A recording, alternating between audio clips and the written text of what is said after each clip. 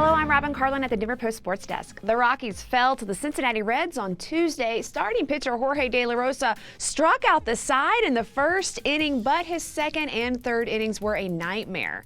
He gave up 4 runs on 6 hits and allowed 5 stolen bases in 1 inning. That's the most steals that the Rocks have ever allowed in 1 inning, and that was enough for De La Rosa to be yanked. Order was restored by the bullpen, but Colorado's bats never heated up. First baseman Mark Reynolds did, however, hit a 2-run bomb in the 9th inning, but it wasn't enough. Rocks fall 4-3 and drop to 8-6 on the season. In the previous 5 games, Rocks starting pitchers strung together an impressive 1.42 ERA. After De La Rosa's performance last night, that didn't hold for him. The Rocks and Reds will square off for the rubber match this morning. First pitch at 10:35. Chad Bettis gets the start.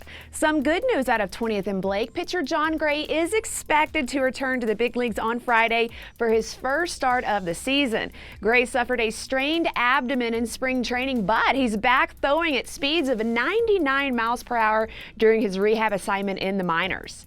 Contract talks between the Broncos and franchise-tagged linebacker Von Miller may have hit a little bump in the road. It's been reported that the two parties are roughly $4 million per year apart in contract talks, or $20 million over 5 years.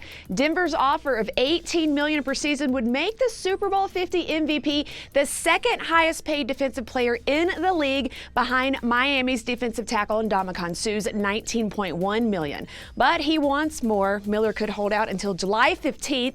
That's the deadline for the Broncos and Miller to reach a multi-year contract. If a deal isn't reached by then, Miller would have to play the 2016 season on the 1-year, $14.13 million franchise tag. Rapids coach Pablo Mastroeni said the team is hopeful that they can sign defender Dennis Castillo to the roster in the near future. They're just waiting on visa paperwork to be finalized. Castillo was a Rapids second-round draft pick in the 2016 MLS Super Draft, and he's trained with Colorado ever since.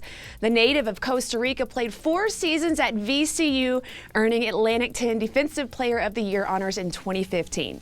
In the Stanley Cup playoffs, the Chicago Blackhawks are 1 loss away from being eliminated. With last night's win, the St. Louis Blues now hold a 3-1 lead over the defending Stanley Cup champs. Game 5 is set for Thursday in St. Louis. Over in the Eastern Conference, the Red Wings are facing a similar fate. They're down 3-1 in the series to Tampa Bay after last night's loss. You're up to date, sports fans. I'm Robin Carlin with some of our top stories from DPTV.